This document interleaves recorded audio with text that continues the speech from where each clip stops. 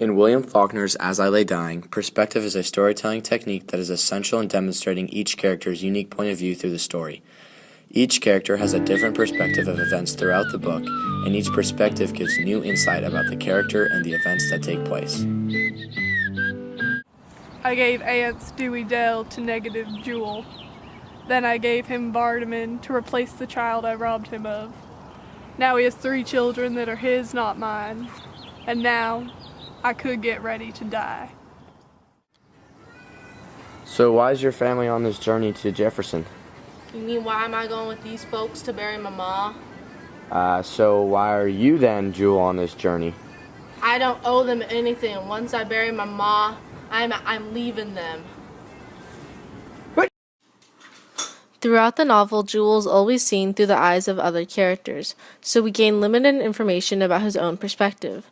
However, through the eyes of the other characters, we are able to gain some insight on what his motives are. He is seen as a very horizontal character, but when he is actually faced with an opportunity to change, he doesn't take it. For example, he had a chance to leave the family after Aunt sold his horse, but after riding away for what seemed like the last time, he ended up coming back, and in doing so never actually created any change for himself or his situation. Howdy there. What'd you trade for the team? I give a chattel mortgage on my cultivator and seed. But they ain't worth $40. How you gonna get the rest of the money? And the horse. What horse? You aim to sell my horse? I ain't got a tooth in my head for 15 years, Jewel. I reckon it was worth it. Now, don't do this, Jewel. Oh shoot, he is gone. Oh no.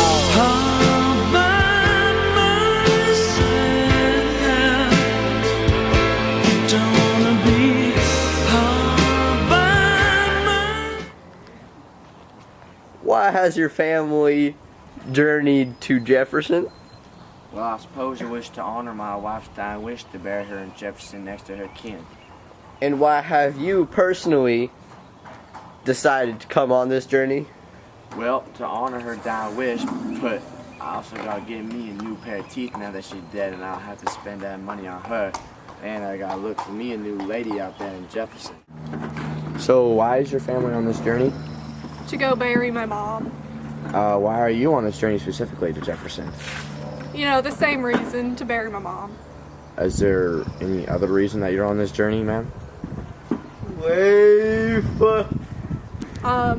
Well, there's one other reason. I just need to seek medical help for some feminine issues. Dewey Dell is introduced as a very weak character. She seems to simply let things happen, even if they negatively affect her life. During this time, she showed no signs of desiring change or want to make decisions for herself, making her a very vertical character. However, as the book goes on, Dewey Dell begins to try and make change for her as she transitions to being horizontal. She seeks out medical help for her abortion, an effort to create some change in her life. Unfortunately, when she does try and change to become a horizontal character, something goes wrong, preventing her from actually achieving change. She tries to hide her true horizontal form by keeping her pregnancy a secret. While Dewey Dell was not able to make change for herself by getting an abortion, she did make some change in character throughout the journey.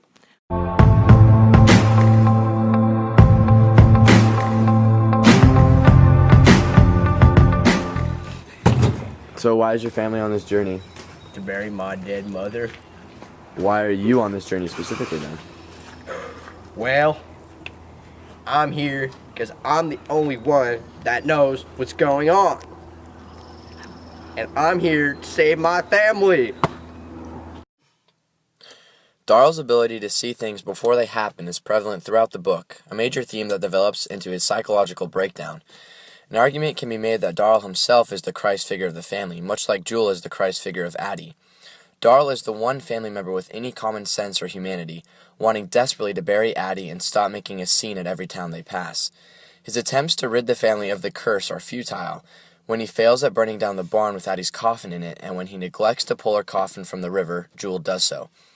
As the only sane member and the only one speaking common sense, He can see into the future to events that have not yet happened. He can see people's perspectives from miles away, almost a godlike, overarching character of the Bundrans.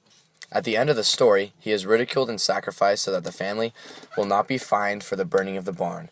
Darl represents the Bundrans' good-sided conscience, which deteriorates as the story progresses and follows a Christian-like pattern similar to Christ figures in stories of the past.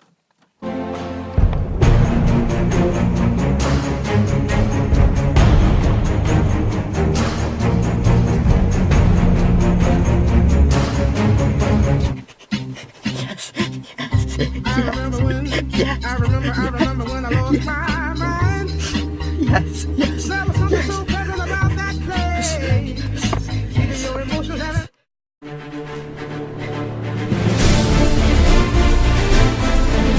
Man, I tell you something, Cora. And then I saw that little boy running, trying to catch Darl and that other girl standing on the bank. Me and Ants was over there. Then I see the mules start floating down the river, and by that time I knew they were goners. Ants is going to lose both his mules and his team, even if he bothered to get that wagon out of the river. And that's when the wagon started to tilt. And since Jewel was working his way back there with that horse on the ford, they all just got swept up. Cash still in it. They all got mixed up in the river. Next thing I know, everything was going to hell. They all floating down the river, trying to get up. I saw that horse poke his head up, trying to fight back to the bank. That little boy still running and hollering about Darl needing to get his mom. Cash tried to brace the coffin, but couldn't do it. Fell off, and next thing you know, Mrs. Bundra's floating down the river.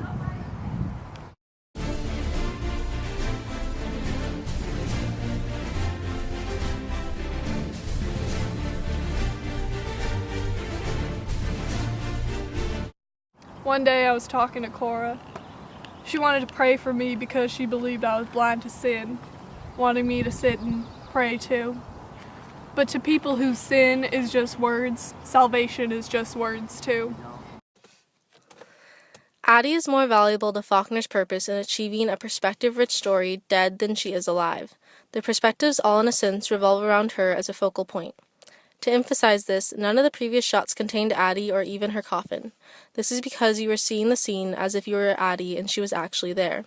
Because the journey is about her, and each character has ulterior motives to cover up.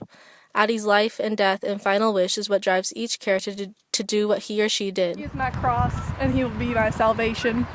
He will save me from the fire and from the water. Even though I've laid down my life, he will save me. He will save me. Save me. I'm going to Jefferson. Go Kane. One day I was talking to Cora. Wave. Oh my... Wave. Hey. Wait, should I... And the wave. Stupid. Yeah, I forgot my